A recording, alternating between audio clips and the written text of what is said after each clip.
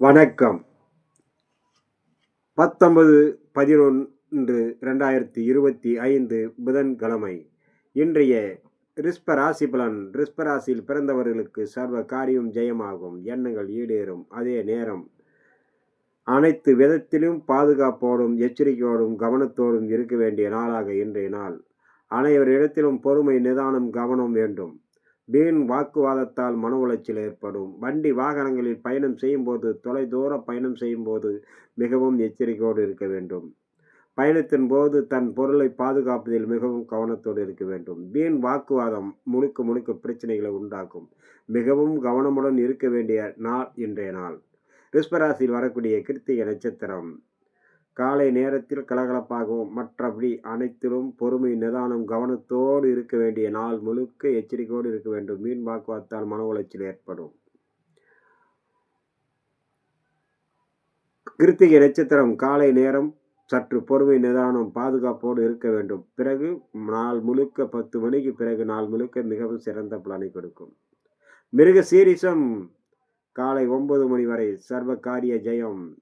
பிறகு நாள் முழுக்க வண்டி வாகனங்களில் பயணம் செய்பவர்கள், உயரமான தளங்கள், கலந்து நெருப்பு போன்றவற்றில் வேலை செய்பவர்கள் மிகவும் எச்சரிக்கையோடு இருக்க வேண்டும்.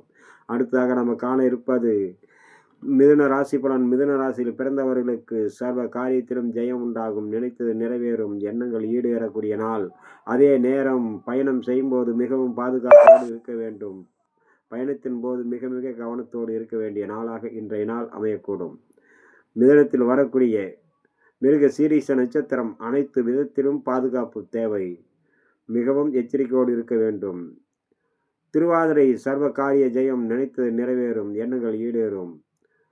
புனர்பூசம் மிகவும் எச்சரிக்கை தேவை. அதே நேரம் சர்வ காரியம் ஜெயமாகும்.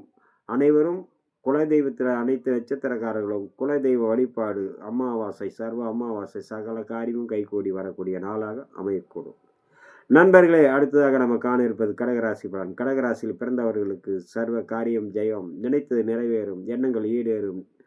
மன உற்சாகமும் தெய்வீக அருளால் பரிபூர்ண அருள் கடாட்சமும் உறவினர் சேர்க்கை சந்திப்பு மிகவும் சிறந்த பலனை ஏற்படுத்தக்கூடிய நாளாக இன்றைய நாள் அமையக்கூடும். கடகராசியில் வரக்கூடிய புனர்வாசு 4ஆம் பாதம் சர்வ காரிய ஜெயம்.